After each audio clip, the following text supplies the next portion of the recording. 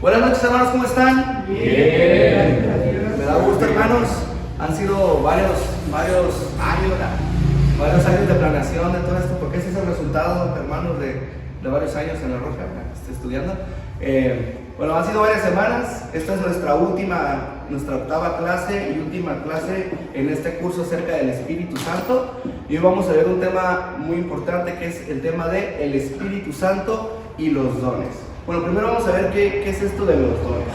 Algo que se me hizo muy curioso en la investigación fue que, por ejemplo, para los reformados como Jonathan Edwards, los dones son básicamente cualquier regalo de Dios para las personas. Incluso él dice que hay creyentes, hay inconversos y creyentes que tienen dones comunes. La gracia común, el hecho de que Dios haga llover sobre justos y pecadores, el que tú tengas afectos naturales, amor, el que tengas familia, amigos, el que tengas inteligencia, eso ya es una gracia, eso ya es un don de Dios, es un don común. Pero luego también va a hacer una distinción entre dones salvíficos, regalos que solamente tienen los creyentes, que son todos estos medios de gracia, predicación, afectos por Dios. Y en un sentido amplio, pues dones es un regalo de Dios y la vida está repleta de estos dones, de estos regalos que Dios nos da. Pero hay unos dones muy particulares de los que la Biblia nos habla y los que vamos a ver ahorita. Así que vamos a ver generalidades sobre los dones. Primero vamos a definir qué es un don. De acuerdo al hermano Boyd Hunt, este autor, este teólogo, dice: los dones espirituales son Dios capacitando a su pueblo a través del Espíritu Santo para la vida y el servicio del reino, capacitándoles en actitud y acción para vivir y ministrar de una manera que glorifique a Cristo. Aquí ya podemos ver que no cualquier habilidad muy buena que tengas se consideraría un don espiritual o un don especial. O sea, tú puedes ser muy bueno dibujando, pero si eso lo haces para ti mismo, si tú lo haces nada más para tu cuarto, en tu hobby, no estás edificando la iglesia, entonces no estás haciendo uso de un don espiritual. Entonces vemos que los dones son regalos que Dios da para capacitar a los creyentes, y estos regalos son dados a través del Espíritu Santo. Por eso lo metimos en este tema, porque el Espíritu Santo es el que activamente está inmiscuido en el tema de dar los dones. Vamos a ver de dónde vienen estos términos, cuáles son todas las palabritas que se usan en griego para la palabra dones y todo esto. Muy bien, dones viene del griego charismata, que de hecho de ahí viene la misma palabra de charis, la palabra gracia, ¿no? Gracia sabemos muy bien que es un regalo no merecido. Entonces charismata pues tiene también esta connotación de que es un regalo. O sea, aquí nos volvemos humildes ante la palabra de Dios al darnos cuenta de que toda cosa positiva que tú tienes, por la cual tú puedas edificar a un hermano, viene siendo un regalo que Dios te da. Así que, pensando que dones viene de la palabra charismata, de la misma que es gracia, tal vez podamos pensar que otra manera de llamar a los dones espirituales es las gracias del Espíritu. Son gracias que el Espíritu nos da.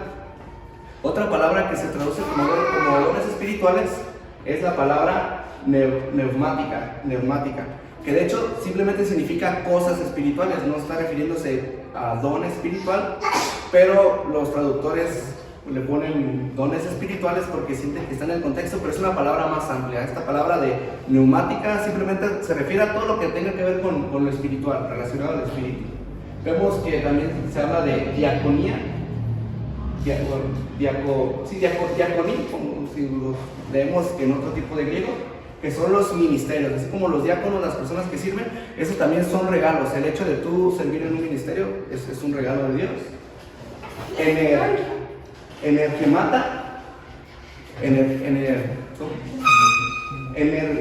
Energimata son operaciones, es como de la energía, como de poder. Y otra palabra que se usa es fanerosis, manifestación. Entonces aquí podemos hacernos la siguiente pregunta: ¿los dones espirituales tienen una cierta clasificación? Yo me acuerdo que en una iglesia en la que estuve, los dones los clasificaban como en 3 modos. Unos eran los dones, otros eran los ministerios y otros eran las operaciones. Y eso basados en este versículo de 1 Corintios 12, del 4 al 6, esos que están en medio. Decía acá, los primeros son los dones que se mencionan en Romanos 12, del 5 al 7. Los otros son los que se mencionan en Efesios 4, 11. Y estos que están como operaciones se refieren a los de Corintios 12. Pero si nos fijamos, cada una de estas menciones a los dones está acompañada de una persona de la Trinidad. Pero el Espíritu, dice, hay diversidad de dones, pero el Espíritu es el mismo. Hablando del Espíritu Santo. Y hay diversidad de ministerios, pero el Señor es el mismo. Un tip, hermanos, cuando leemos a Pablo, siempre que Pablo, en casi la mayoría de las veces, más que tal vez 2 excepciones, cuando Pablo usa la expresión Señor, se está refiriendo especialmente a Jesucristo. Exacto. Y recordemos que en hebreo, Señor era un sinónimo de Dios. Cuando querían cuidar el nombre de Dios y no lo querían usar, usaban Señor. Entonces cuando Pablo usa Señor, se está refiriendo a Cristo y también habla de su deidad.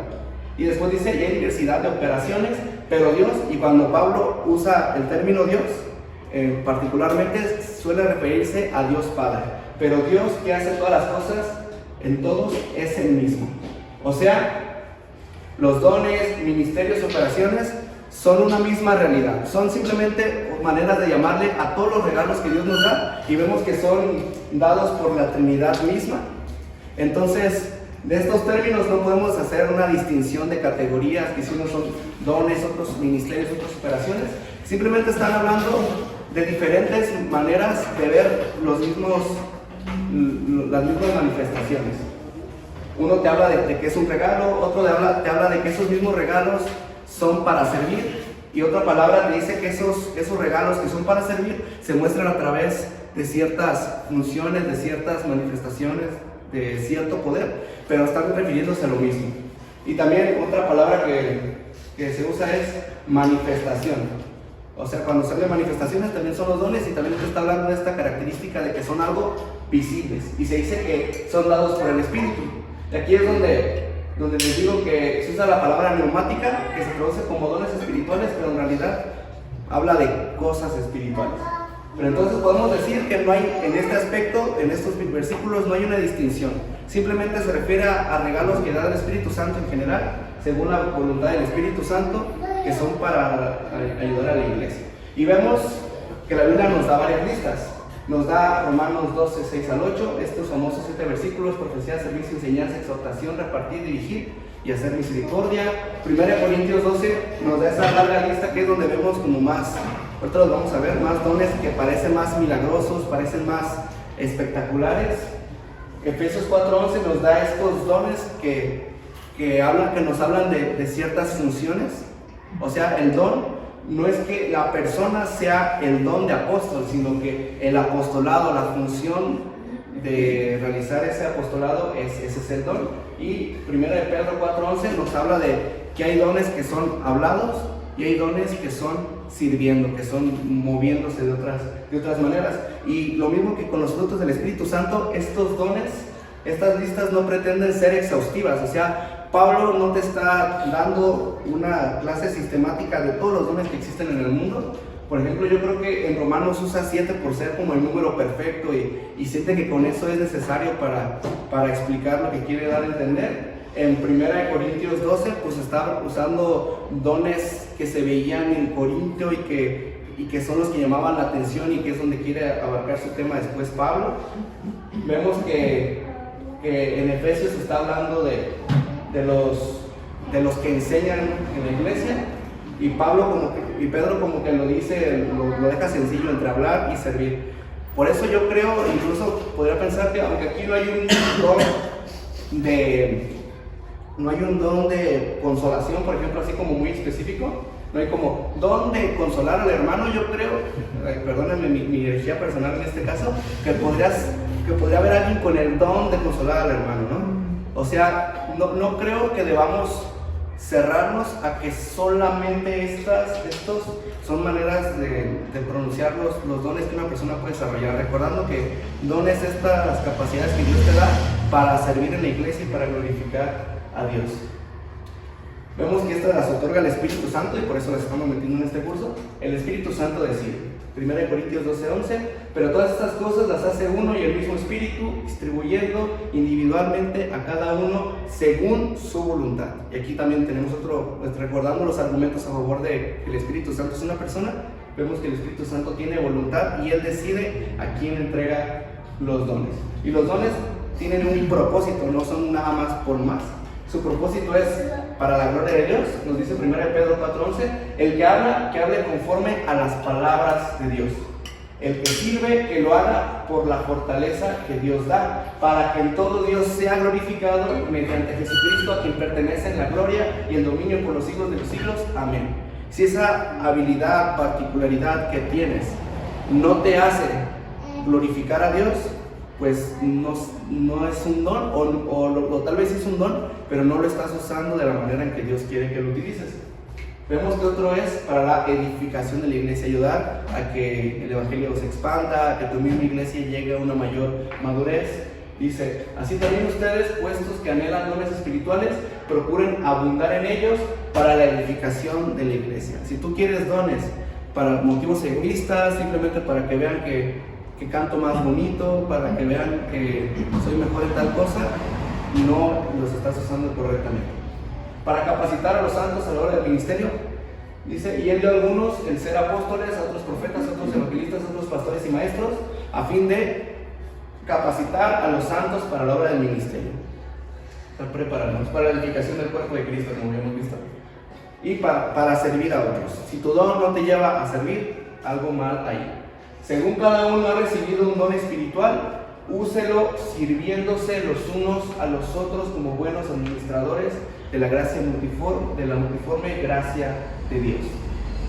Entonces, hay mucha gente que quiere definir o distribuir los dones en varias categorías. Es como muy humano, ¿no? El querer todo agruparlo en listas. Vamos a ver dos maneras de agruparlo. El primero, que es como el que nos dice la Biblia, es esto que vemos en 1 Pedro 4:10, de 10 al 11. Según cada uno de ustedes ha recibido un don especial, úsenlo sirviéndose los unos a los otros como buenos administradores de la multiforme gracia de Dios. El que habla, que hable conforme a las palabras de Dios. El que sirve, que lo haga por la fortaleza que Dios da. O sea, hay dones que son, por ejemplo, que las lenguas, que la profecía, la enseñanza, el don de palabra, están relacionados a el hablar. Y hay dones como el dar con liberalidad, hacer misericordia, incluso hacer milagros, sanidades, que está relacionado con algo que tú haces ya aparte de hablar, que involucra otras partes de tu cuerpo. Caray, regresamos tantito para los que no alcanzaron a llegar temprano. Aquí está. Ok, pero también hay algo muy curioso. Hay dones que les llamamos dones ordinarios y que si tú te fijas son idénticos a cualidades del carácter cristiano. Y esto como que a veces lo solemos usar como una excusa, porque por ejemplo está el don de dar con liberalidad, pero pues a ti también la Biblia te dice que apoyes a tu hermano si está en necesidad. En el servicio también vemos que hay el don de misericordia, pero dice Jesús, bienaventurados los misericordiosos. O sea, todos están llamados a hacer misericordia. Hay un don de evangelista, pero todos estamos llamados justamente al evangelismo. Entonces, muchas veces agarramos esto como pretexto de, es que yo no tengo el don, ¿verdad? Es que si Dios me hubiera dado ese don, yo lo haría con mucho gusto, pero no lo tengo. Y aquí hay que recordar entonces que sí es muy valioso que tú seas consciente de tus ventajas, de cuáles dones tienes y que los ejercites, pero eso no te deja excusa a no buscar crecer en todas las áreas de tu vida cristiana. Así que no uses como pretexto el no tengo este don para no vivir tu cristianismo de la manera correcta. Pero también vemos que hay dones extraordinarios, que son estos que parecen estar más relacionados a señales, maravillas y prodigios. O sea, la Biblia a ti te exige que seas misericordioso, que ames a tu hermano, que sirvas, que tengas fe, que enseñes el evangelio. Pero la Biblia no te manda así como de que si no lo haces no tendrás salvación. No te manda a que levantes a un paralítico, a que sanes a un poco. O sea, vemos que hay una distinción muy fuerte entre unos dones que están muy relacionados con el carácter y hay otros que son pues imposibles de lograr a menos de que Dios quiera ejecutarlos en nuestra vida. Vemos que se habla de las lenguas, ¿no? Esto es de los dones más famosos. Y algunos se pueden preguntar, ¿son lenguas humanas o angélicas? Aquí la palabra lenguas viene de glosa, que significa lengua, significa así idioma hablado. Para algunos se trata de xenolania, que significa idiomas extranjeros. Para otros significa glosolalia, que es cuando hablas palabras que humano no conoce y se le atribuyen a los ángeles. Pero ¿qué nos dice el versículo bíblico? Nos dice 1 Corintios 14:21, Pablo citando a Isaías 28:11, dice lo siguiente: en la ley está escrito, por hombres de lenguas extrañas y por boca de extraños hablará este pueblo, y ni aún así me escucharán, dice el Señor.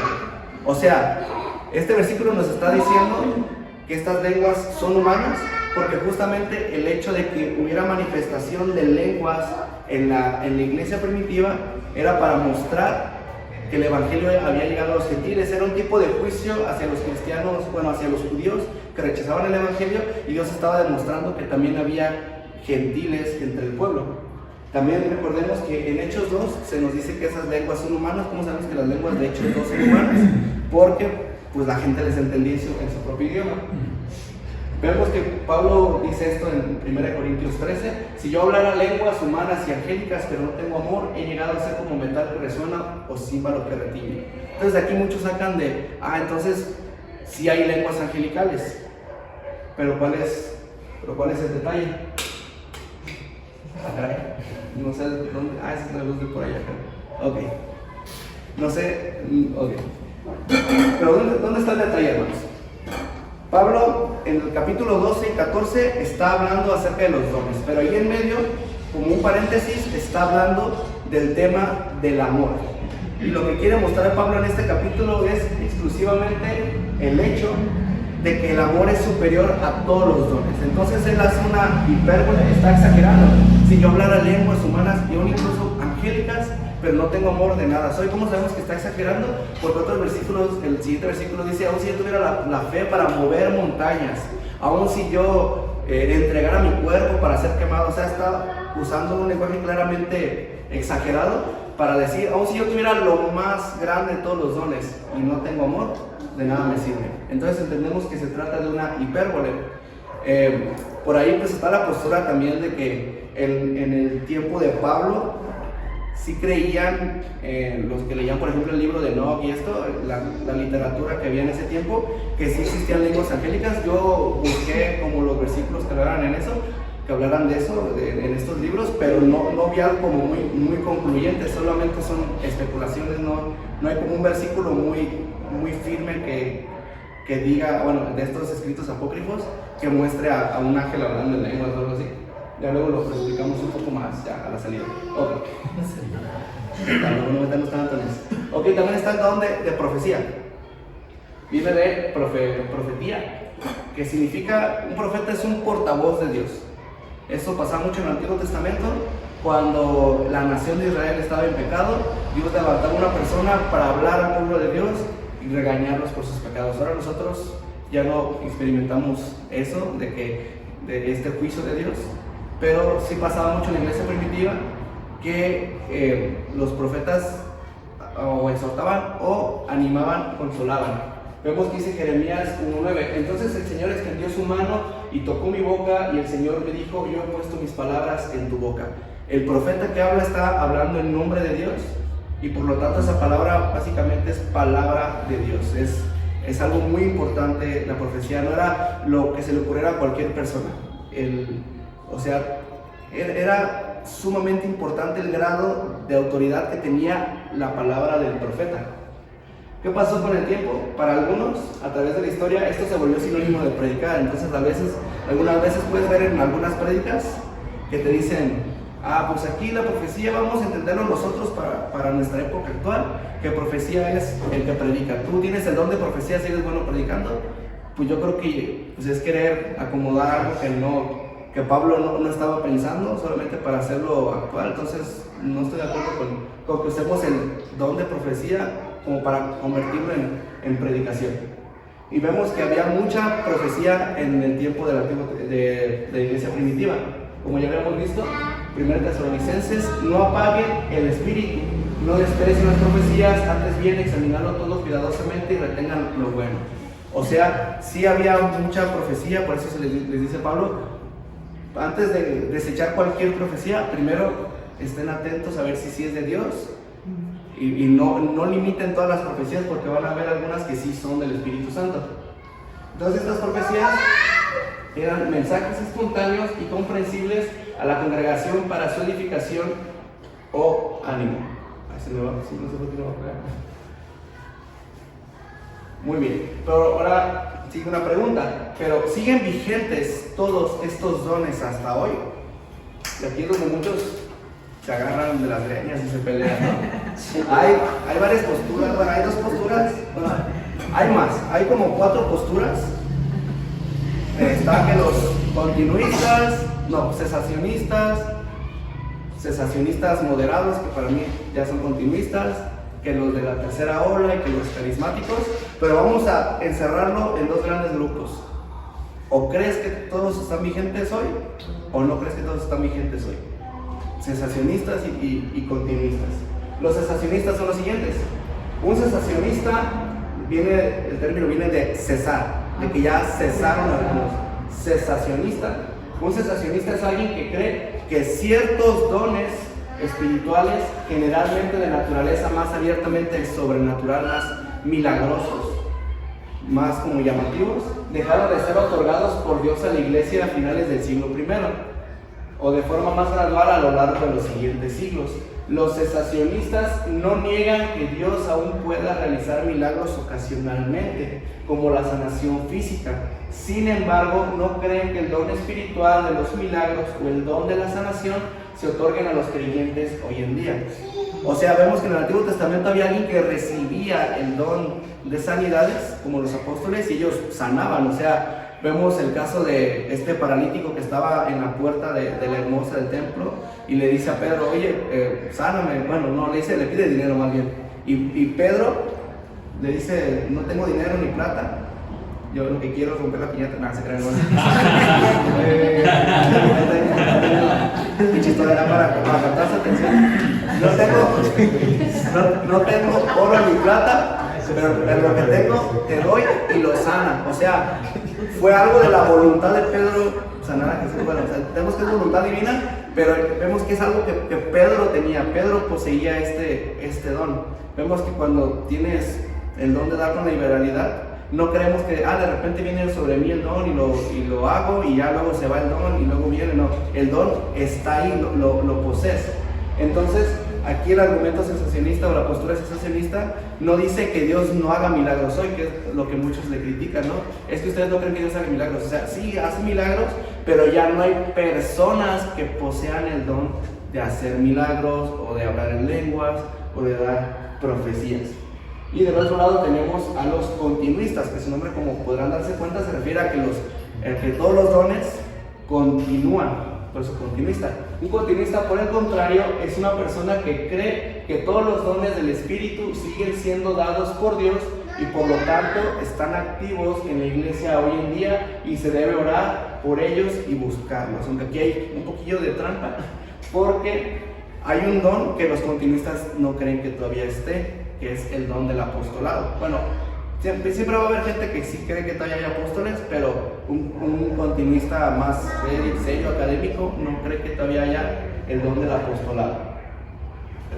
Se me está yendo esto para acá. Ok. Vemos que este es un versículo que usan mucho, ¿no? Los cesacionistas, los que creen que ya cesaron los dones. Dice, el amor nunca dejará de ser, pero si hay dones de profecía, se acabarán. Si hay lenguas, cesarán. Si hay conocimiento, se acabará, que en parte conocemos y en parte profetizamos, pero cuando venga lo perfecto, lo incompleto se acabará. El detalle está en que muchos dicen, lo perfecto se refiere al canon de la Escritura, pero viendo bien el contexto y todo, cuando habla de lo perfecto se refiere al cielo, o a nuestro estado de glorificación, este momento especial cuando estemos con el Señor Jesucristo. Por eso ahí ahora sí va a ser lo perfecto. Pero también teniendo en cuenta que Pablo no nos quiere o sea, este versículo no es para mostrarte cuándo van a acabar los dones. Eso no es lo que está pensando Pablo. Lo que está pensando Pablo es simplemente mostrarte que el amor es superior a cualquier don. Porque ellos estaban peleándose, ¿no? Entonces, se estaban peleando por sus dones y Pablo quiere decir, no, el amor es más importante. Por eso dice, todas estas cosas se van a acabar, pero el amor continuará. Por eso este versículo, tanto para los continuistas como los cesacionistas, es no utilizable. Muy bien. Pero vamos a dejar los puntos claros.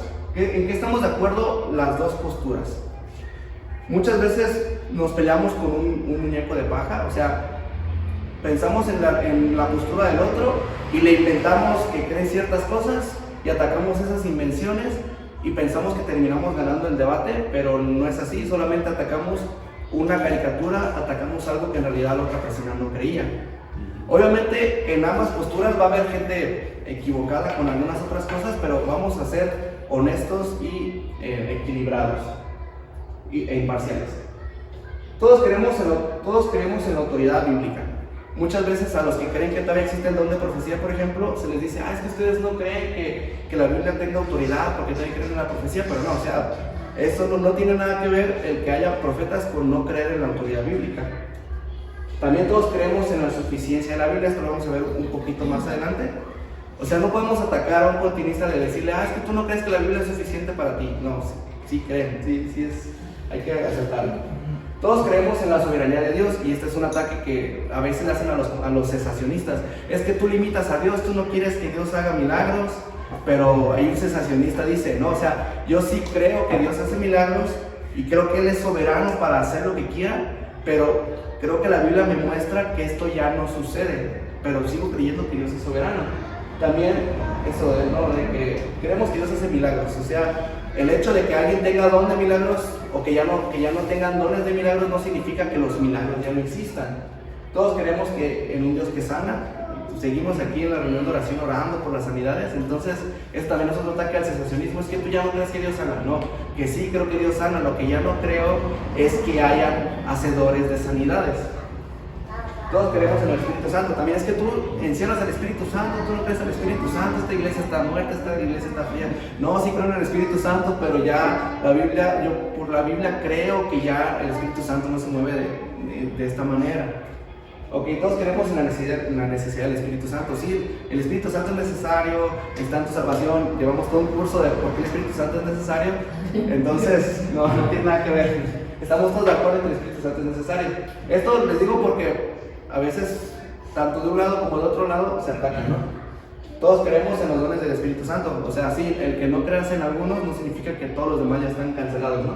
Y todos creemos en el orden de la iglesia. Aquí es donde el cesacionista ataca al continuista, ¿no?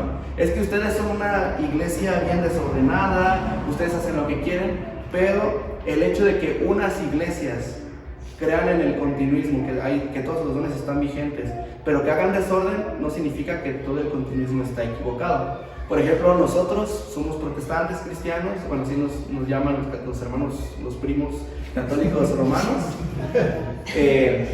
y ellos podrían decir, es que los cristianos están mal porque hay pastores dinereros y que le roban a la gente. Sí hay pastores que le roban a la gente, pero el hecho de que haya pastores que le roban a la gente no significa que todo el cristianismo está mal. Entonces, de esa misma manera, que haya iglesias continuistas desordenadas no significa que todas las iglesias continuistas sean así. Entonces no vamos a atacar las caricaturas o las ideas equivocadas, vamos a atacar lo verdadero. Muy bien, así que vamos a primero presentar la postura continuista, el continuismo. Nos dice Gordon Fee lo siguiente: podemos concluir, por tanto, que todas las pruebas apuntan en una misma dirección. Para Pablo y sus iglesias, el espíritu es la clave de la vida cristiana, de principio a fin. No obstante, y por encima de todo lo demás, la realidad del espíritu es algo que se experimenta, y ello de un modo esencialmente poderoso y visible. ¿Cuál es el argumento de Gordon Fee? Que pues en el Nuevo Testamento el Espíritu Santo se movía así, causando estos dones milagrosos sin límite, y la Biblia no muestra que ya se hayan acabado. pues simplemente seguimos, o sea, estamos siguiendo la visión de Pablo. Pablo pensaba que los dones se manifestaban así, Pablo pensaba que el Espíritu Santo se movía así. No hay razón para cambiar eso. Básicamente es una postura de no hay nada que me haga pensar lo contrario a lo que dice el texto bíblico, a cómo los cristianos vivían en el siglo I. Otros, por ejemplo, como Wayne Grudem, nos hablan de una profecía de segundo grado. Está medio curiosito, ¿no? ¿Qué es lo que pasa? Como se les critica a ellos de justamente de, es que el canon ya está cerrado, entonces tú no puedes creer en las profecías porque significa que estás añadiendo palabra de Dios a lo que ya está, a lo que ya es palabra de Dios, ya está cerrado. Entonces, ¿qué es lo que busca Wayne Grudem? Pues decir que el don de profecía actual es menos inspirado, es de un grado más bajito que los del Nuevo Testamento o los que están escritos en la Biblia. ¿De dónde saca él esto? Dice que Pablo desobedeció. Allí encontramos algunos discípulos, aquí Hechos, Lucas describiendo en su relato con Pablo cómo fue que muchos dijeron que allí encontramos algunos discípulos y nos quedamos durante una semana en su compañía. Impulsados por el Espíritu Santo, los hermanos de Tiro, o sea del lugar, aconsejaban a Pablo que desistiera de su viaje a Jerusalén. O sea, Wayne Grudem dice, es que el Espíritu Santo les dijo clarito que no fueran porque estos hermanos profetizaron, pero Pablo desobedeció. Entonces, si Pablo desobedeció al Espíritu Santo, pues significa que esta profecía no es tan importante como las otras profecías. El detalle de este argumento es que, aquí lo podemos contrarrestar diciendo que una cosa fue la profecía que recibieron los hermanos de Tiro y otra cosa es cómo lo interpretaron. Muy probablemente lo que hace Lucas es simplemente como mostrarnos ya condensada la escena, pero en realidad ahí hubo una mala interpretación de parte de los hermanos. O sea, los hermanos de Tiro recibieron una profecía, el Espíritu Santo les dijo que a Pablo lo iban a arrestar en Jerusalén, pero ellos interpretaron que esto es malo para Pablo y que por lo tanto no debía ir. Así que no estamos hablando de que Pablo desobedeció la profecía, sino que Pablo más bien desobedeció la interpretación que los hermanos le dieron a esa profecía. Después tenemos otro ejemplo que da Wayne Grudem, hablando de una profecía de segundo grado. Él habla de detalles equivocados. Nos dice el texto: llevábamos ya varios días en Cesarea cuando llegó de Judea un profeta llamado Agabo. Vino a vernos, tomó el cinturón de Pablo y se ató con él los pies y las manos y dijo: esto dice el Espíritu Santo, así atarán los judíos en Jerusalén al dueño de este cinturón, después lo entregarán en manos de extranjeros. Pero ¿qué es lo que dice Wayne Grudem? Que no fue específicamente así. O sea, los detalles no coinciden con lo que dice Hechos 21:33, porque ahí directamente los romanos atrapan a Jesús, no fueron los judíos, y pues no menciona que haya usado el cinto o algo así. Pero Pablo, cuando está escribiendo esto en Hechos 21, sí, ok, ahí. Ya luego les paso mi Biblia, tiene es versión especial. Es Hechos 28. Hechos 28. Muy extendida. Ahí sí tiene el final, ¿verdad? Lo que me pasó a Pablo. Hermanos, yo no soy inspirado, el inspirado es Dios. Esto no es canónico, hermanos.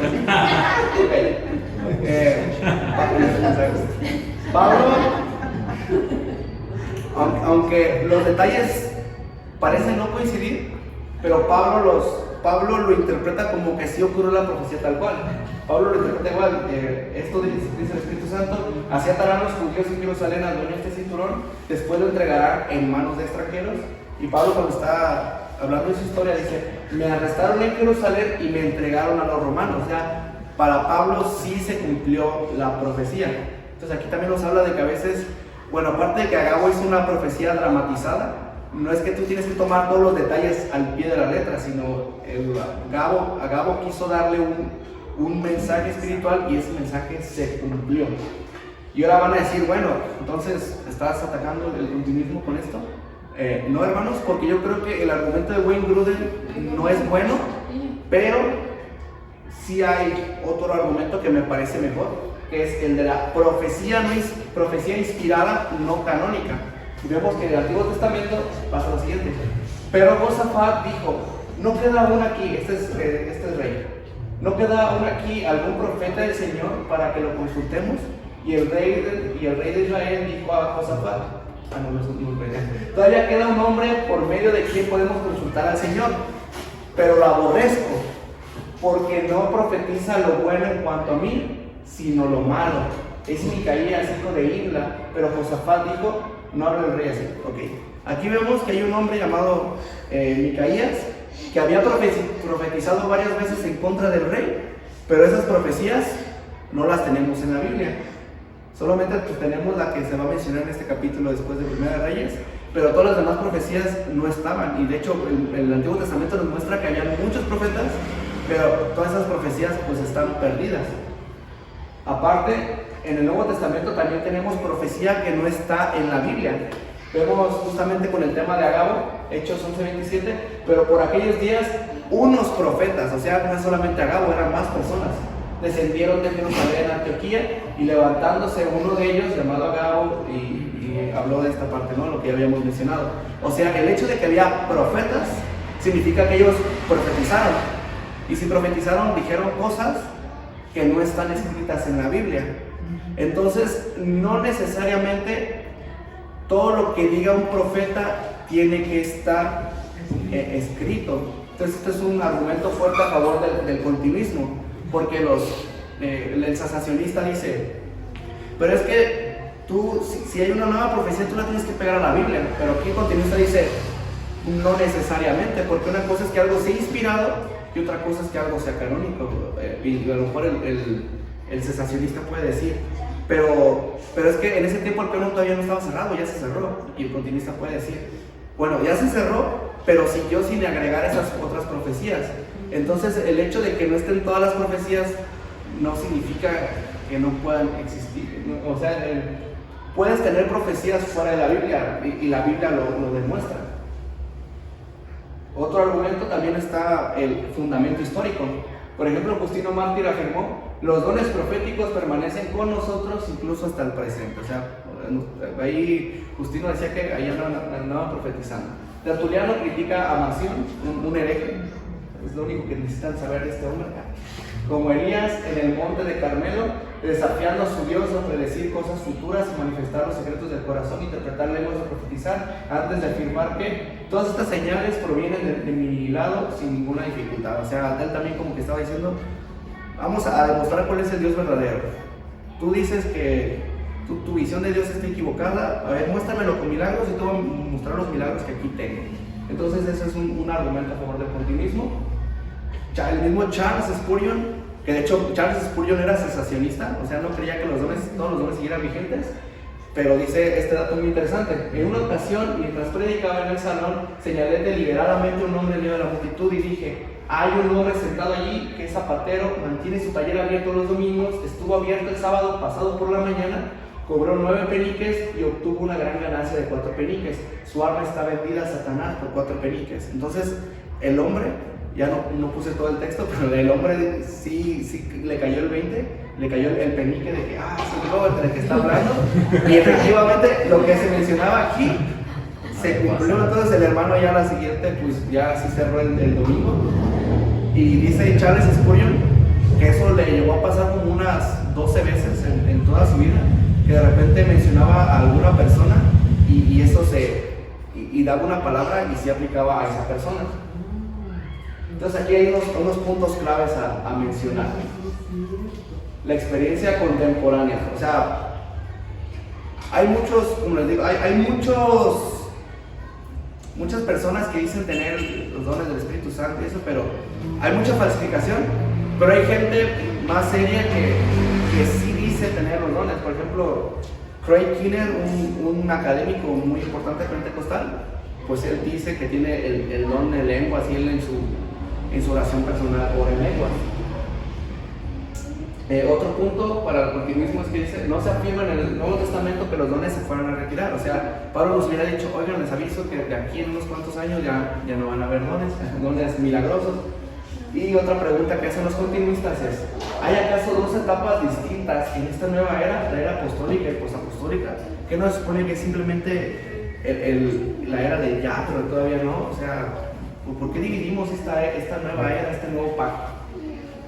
¿Qué es lo que dice la postura cesacionista?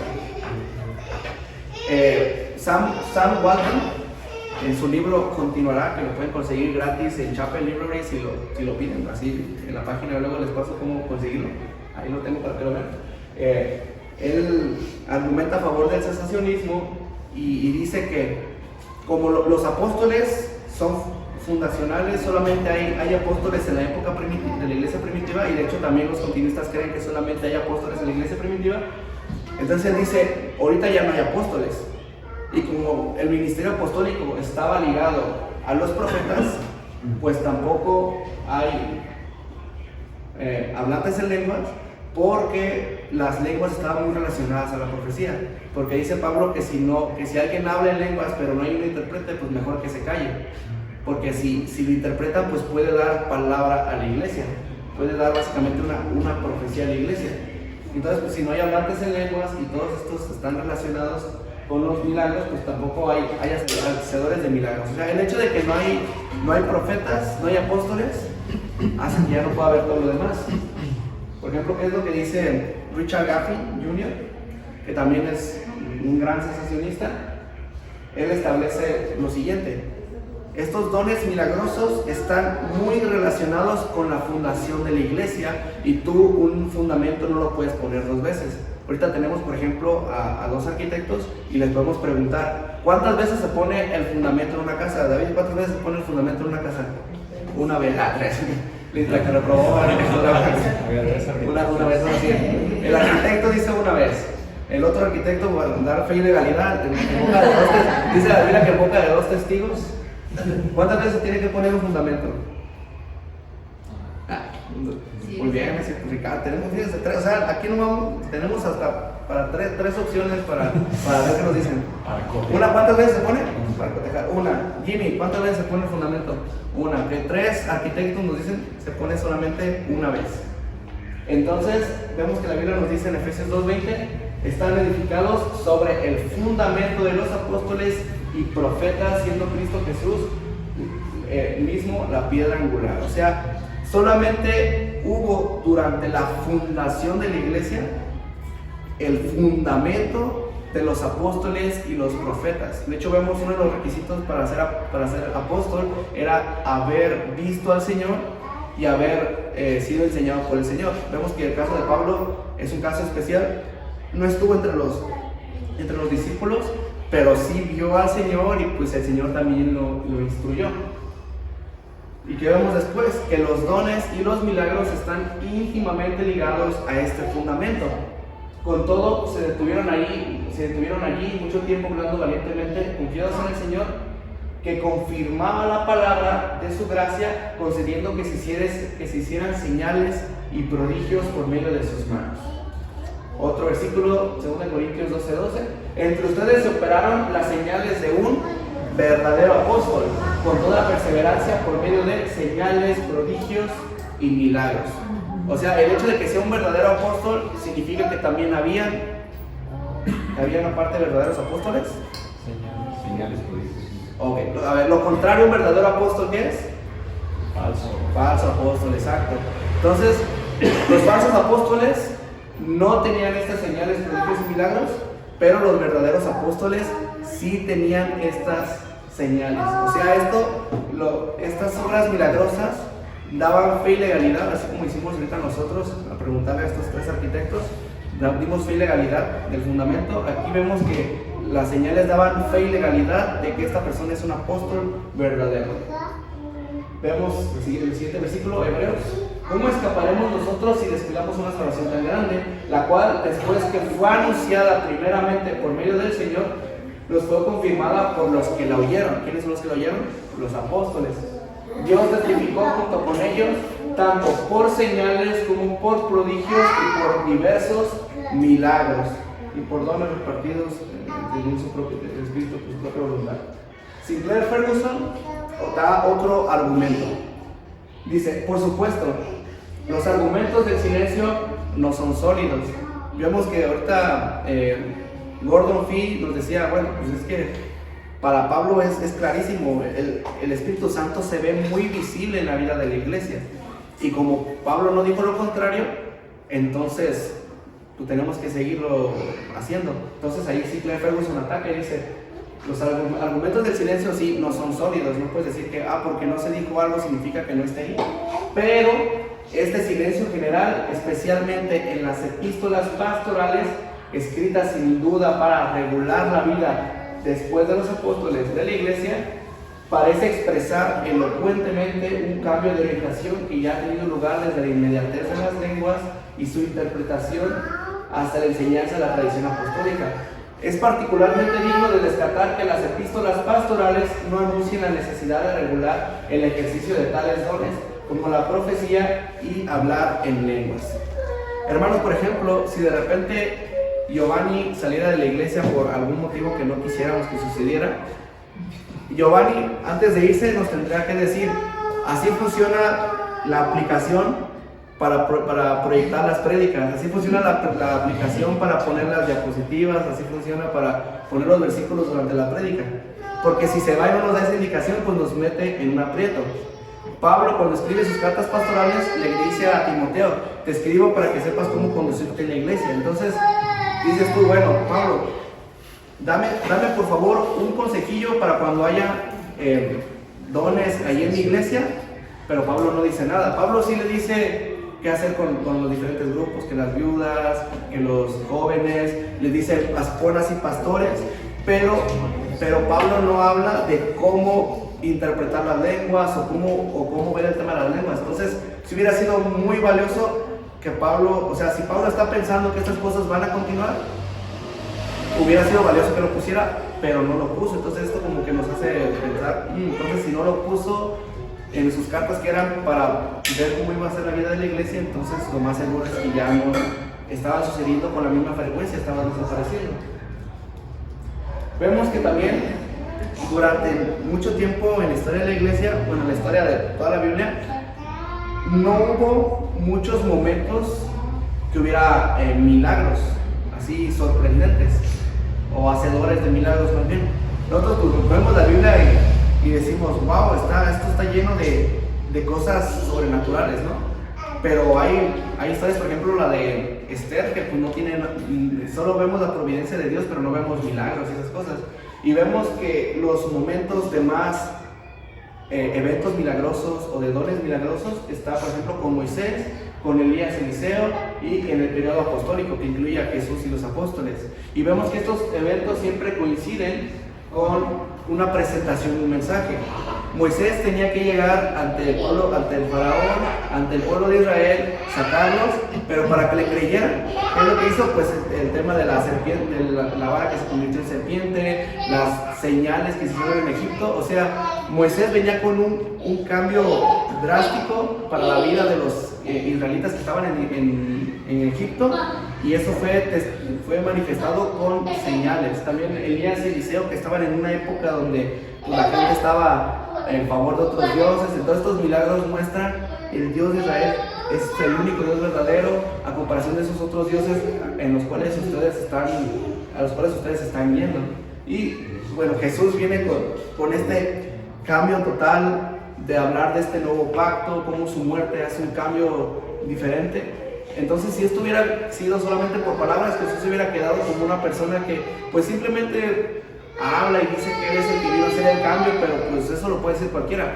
Pero no cualquiera puede resucitar al tercer día, no cualquiera puede hacer todos estos milagros que hizo Jesús. Entonces, estas señales milagrosas siempre están alineadas o relacionadas con la presentación de un mensaje.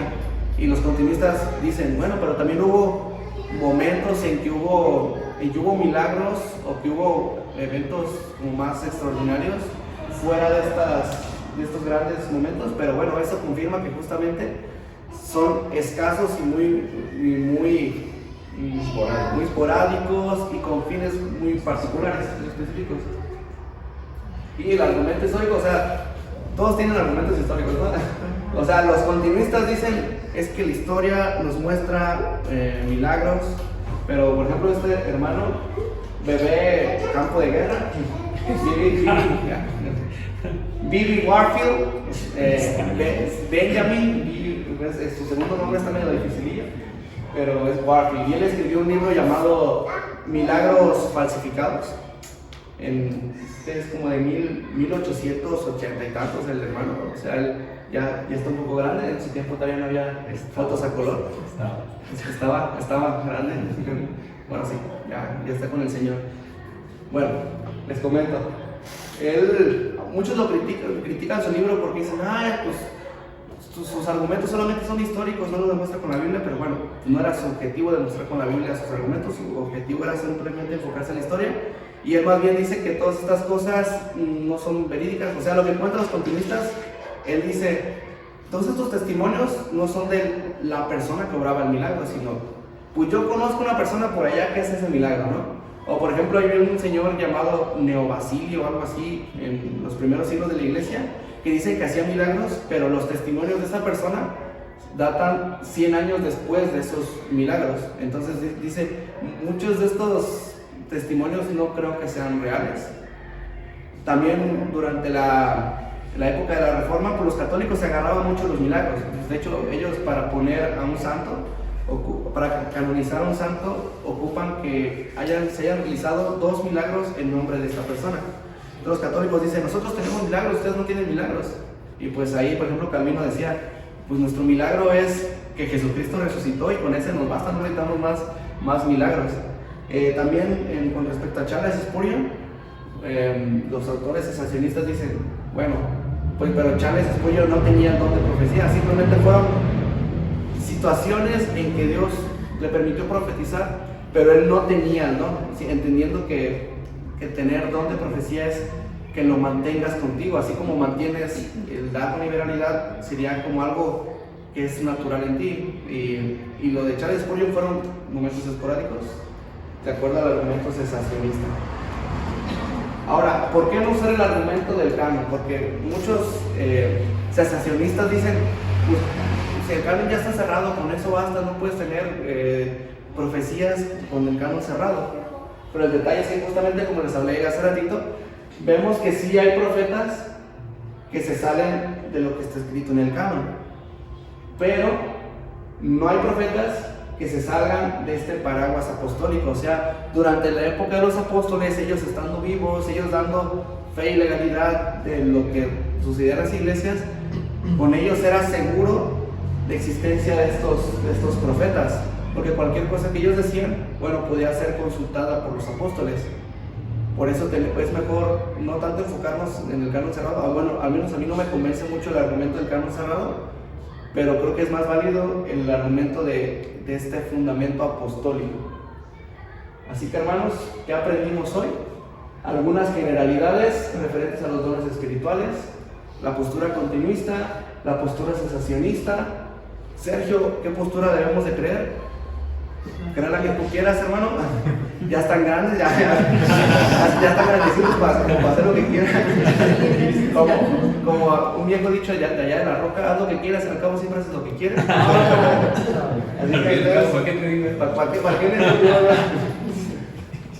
Nomás les digo los que sean continuistas y que de repente digan, pues yo voy a hablar en lenguas en la iglesia. Dice Pablo que si no hay intérprete, callado, mejor callado. Habla para ti mismo. Habla para ti mismo. Entonces, muchas gracias. Con esto nos despedimos. Los amo a todos. Hasta nunca. Adiós.